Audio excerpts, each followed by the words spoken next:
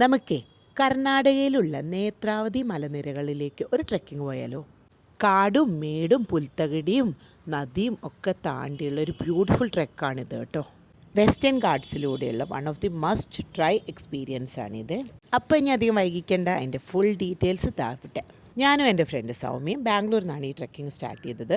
ബാംഗ്ലൂരിൽ തന്നെയുള്ള ഒരു ഗ്രൂപ്പായ മൗണ്ട് കൈനറ്റിക്സ് എന്നുള്ള ഒരു ഗ്രൂപ്പിൻ്റെ ഓർഗനൈസ് ട്രെക്കിൻ്റെ ഭാഗമായിട്ടാണ് നമ്മൾ പോയത്. അവർ ബാംഗ്ലൂരിൽ നിന്ന് പിക്കപ്പൊക്കെ അറേഞ്ച് ചെയ്തിട്ടുണ്ടായിരുന്നു. ഇങ്ങനെ ഒരു സ്ലീപ്പർ ബസ്സിലാണ് കേട്ടോ നമ്മൾ പോയത്. ഇപ്പോൾ നമ്മൾ HSR ലേഔട്ടിലുള്ള നമ്മുടെ വീട്ടിൽ നിന്ന് മെട്രോ എടുത്തിട്ട് മെജസ്റ്റിക് ബസ് സ്റ്റാൻഡിലേക്ക് പോയി. അവിടുന്ന് രാത്രി 8 മണിക്കായിരുന്നു നമ്മുടെ ബസ്സിൻ്റെ പിക്കപ്പ്. നെക്സ്റ്റ് ഡേ രാവിലെ ഒരു 5:30 ആയപ്പോൾ നമ്മൾ ചിക്മംഗ്ലൂർ ഡിസ്ട്രിക്റ്റിലുള്ള നേത്രാവതി ട്രെക്കിംഗ് സ്റ്റാർട്ട് ചെയ്യുന്നതിൻ്റെ ബേസ് ക്യാമ്പിലെത്തിയിട്ടോ. 5:30 എത്തിയിട്ട് നമ്മളോടൊരു 7 മണിയാകുമ്പോഴേക്കും റെഡി ആവാൻ പറഞ്ഞു. അപ്പോഴേക്കും നല്ല ചുടുചുടാ ബ്രേക്ക്ഫാസ്റ്റൊക്കെ വന്നു. ബ്രേക്ക്ഫാസ്റ്റ് നല്ല ഇഡ്ഡലിയും പിന്നെ ഇവിടുത്തെ ഒരു റൈസ് ഐറ്റമും ഒക്കെ ആയിരുന്നു. നല്ല അടിപൊളി ബ്രേക്ക്ഫാസ്റ്റ് ആയിരുന്നു. അപ്പോൾ ഇതാണ് അവരുടെ ട്രെക്കിങ്ങിൻ്റെ ബേസ് ക്യാമ്പ് വരുന്നത്. ഇവിടെ നിന്നാണ് ഇനി നമ്മുടെ ട്രെക്കിംഗ് സ്റ്റാർട്ട് ആവുന്നത്.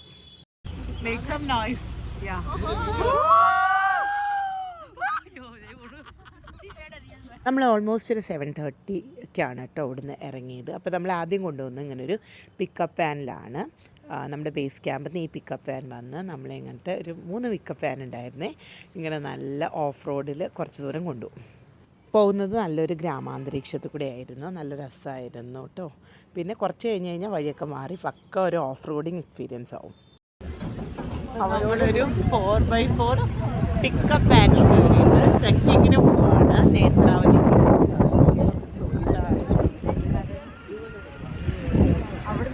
എടുത്തു തരാൻ പറയാതല്ലേ. ഓഫ് റോഡിങ് ഇങ്ങനെ നിന്ന് പോകാൻ നല്ല രസമായിരുന്നു. അങ്ങനെ കുറച്ച് കഴിഞ്ഞപ്പോൾ നമ്മളതിനെ ഒരു സ്ഥലത്ത് ഇറക്കി വിട്ടു. ഇവിടുന്നാണ് നമ്മുടെ ട്രെക്ക് സ്റ്റാർട്ട് ആവുന്നത്. ഇവിടുന്ന് ഓൾമോസ്റ്റ് ഒരു 1 വേ ഒരു 9 കിലോമീറ്റേഴ്സ് ഉണ്ട്. So up and down I think 18 to 20 kilometres ഉണ്ട്. നമ്മളിവിടുന്ന് നടപ്പ് സ്റ്റാർട്ട് ചെയ്യുന്നതിനനുസരിച്ച്. അയ്യോ, real life versus real trekking. ഇപ്പം തന്നെ 1 കിലോമീറ്റർ ആയിട്ടില്ല കാണുന്നിട്ട്. ഞാൻ ഞാനും സെറ്റാക്കും. ഒരു ചെറിയ ക്ഷീണം, കുഴപ്പമില്ല, നിങ്ങൾ പിടിക്കും. നമ്മൾ ട്രെക്ക് സ്റ്റാർട്ട് ചെയ്ത് വരുമ്പോൾ ഇങ്ങനെ ലാൻഡ്സ്കേപ്പൊക്കെ മാറി മാറി വരുന്നുണ്ട് കേട്ടോ. ഫസ്റ്റ് ഇങ്ങനത്തെ ഒരു ലാൻഡ്സ്കേപ്പായിരുന്നു തുടക്കം. ഇതൊരു തേയിലത്തോട്ടമൊക്കെ ഉണ്ടായിരുന്നു. അത് കഴിഞ്ഞപ്പോഴത്തേ മെല്ലെ അങ്ങനെ ദൂരെ നമുക്ക് നമ്മുടെ മലനിരകളൊക്കെ വിസിബിളായി തുടങ്ങി.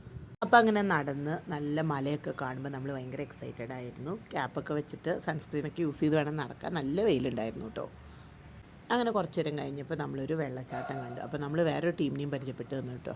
അവർ നമുക്ക് നല്ല കുറച്ച് അടിപൊളി ഫോട്ടോസും വീഡിയോസൊക്കെ എടുത്ത്, അപ്പോൾ ഞങ്ങളിങ്ങനെ നിർത്തി ഫോട്ടോയും വീഡിയോ ഒക്കെ എടുത്ത് ഇങ്ങനെ നടന്ന് എൻജോയ് ചെയ്ത് നടക്കുമായിരുന്നു കേട്ടോ. നല്ല രസമുള്ള ലാൻഡ്സ്കേപ്സാണ്. മാറി മറിഞ്ഞ് വരുന്നുണ്ടായിരുന്നു ലാൻഡ്സ്കേപ്സ്.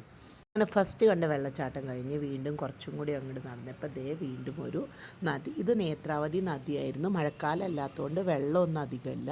അപ്പോൾ ക്രോസ് ചെയ്യാനൊക്കെ നല്ല എളുപ്പമായിരുന്നു. പക്ഷേ ഇവിടെ ഏറ്റവും ഫേമസ് മോൺസൂൺ ട്രെക്കിംഗ് ആട്ടോ. പറ്റുകയാണെങ്കിൽ അത് തന്നെ ചെയ്യണം.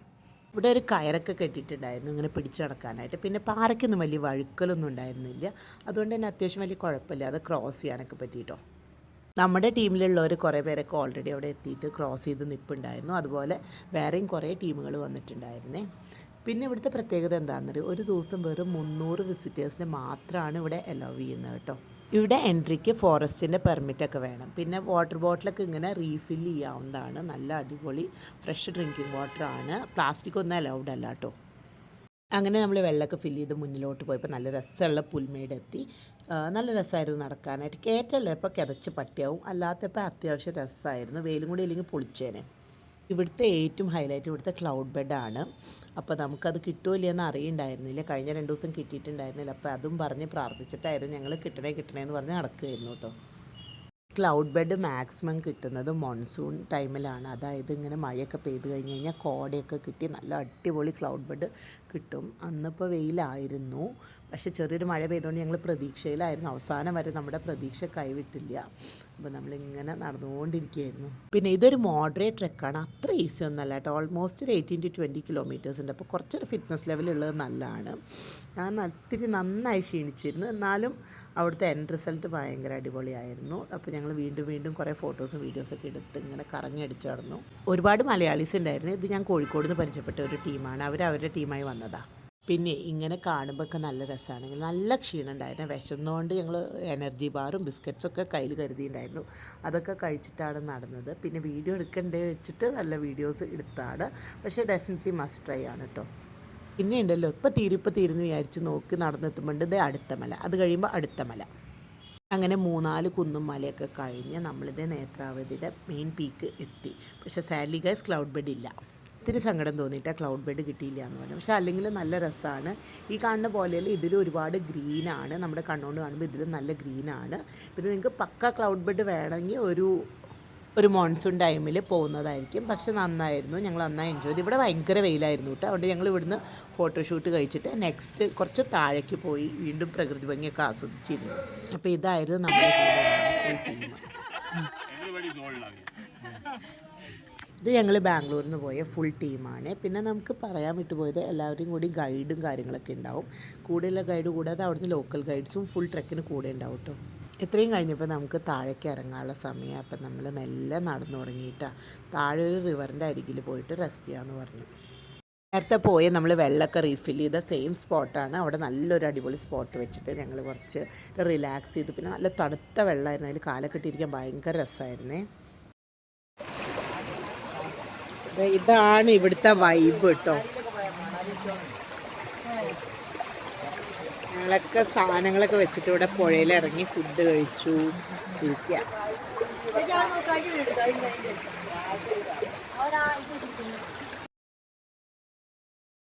ലഞ്ച് നമ്മൾ ക്യാരി ചെയ്തിട്ടുണ്ടായിരുന്നു. അവർ നമ്മുടെ ട്രെക്കിംഗ് ഓർഗനൈസേഴ്സ് തന്നെ എല്ലാവർക്കും ഓരോ ചോറും പാത്രം തന്നു വിട്ടിട്ടുണ്ടായിരുന്നു. പിന്നെ പുളിയോഗ്ര ആയിരുന്നു കേട്ടോ. അങ്ങനെ വലിയ ഹൈഫൈ ലഞ്ചൊന്നും പ്രതീക്ഷിക്കരുത്.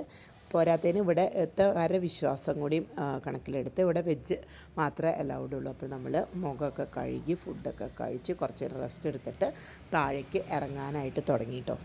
കയറി വന്ന അതേ സ്പോട്ടിൽ കൂടെ തന്നെയാണ് തിരിച്ചു പോകേണ്ടത്. പിന്നെ എന്താ വെച്ചാൽ കയറി വരുന്ന അത്ര എനർജി വരുമ്പോൾ ഉണ്ടായിരുന്നില്ല.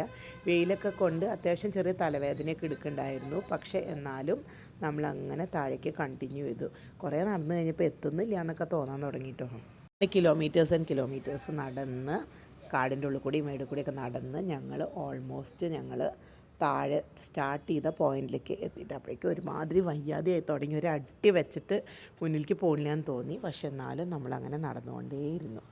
ഏകദേശം നടന്ന് നമ്മൾ സ്റ്റാർട്ട് ചെയ്ത സ്ഥലത്തെത്തി. അപ്പോൾ ഓർമ്മയുണ്ടല്ലോ, നമ്മൾ സ്റ്റാർട്ട് ചെയ്തൊരു തേയിലത്തോട്ടത്തിൻ്റെ അവിടെ നിന്നായിരുന്നു. നടന്ന് അങ്ങോട്ട് എത്തിയപ്പോഴേക്കും വന്നു നമ്മുടെ പിക്കപ്പ് വാൻ. എങ്ങനെയൊക്കെയോ അതിൽ കാലൊക്കെ എടുത്ത് വെച്ച് കയറി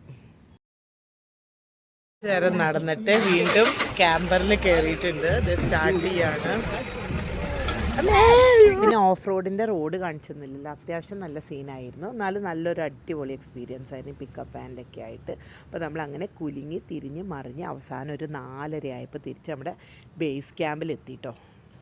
ഞങ്ങൾക്ക് ബാംഗ്ലൂരിൽ നിന്ന് ഈ ട്രെക്കിൻ്റെ കോസ്റ്റ് വന്നത് ഏകദേശം ഒരു 4000 റുപ്പീസാണ്.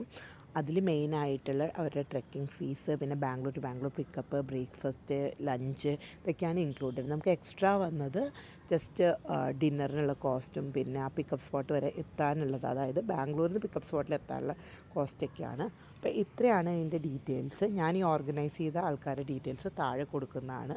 തീർച്ചയായിട്ടും മസ്റ്റ് ട്രൈ എക്സ്പീരിയൻസ് തന്നെയാണ്. അപ്പോൾ അടുത്ത വീഡിയോയിൽ കാണാം. ബൈ.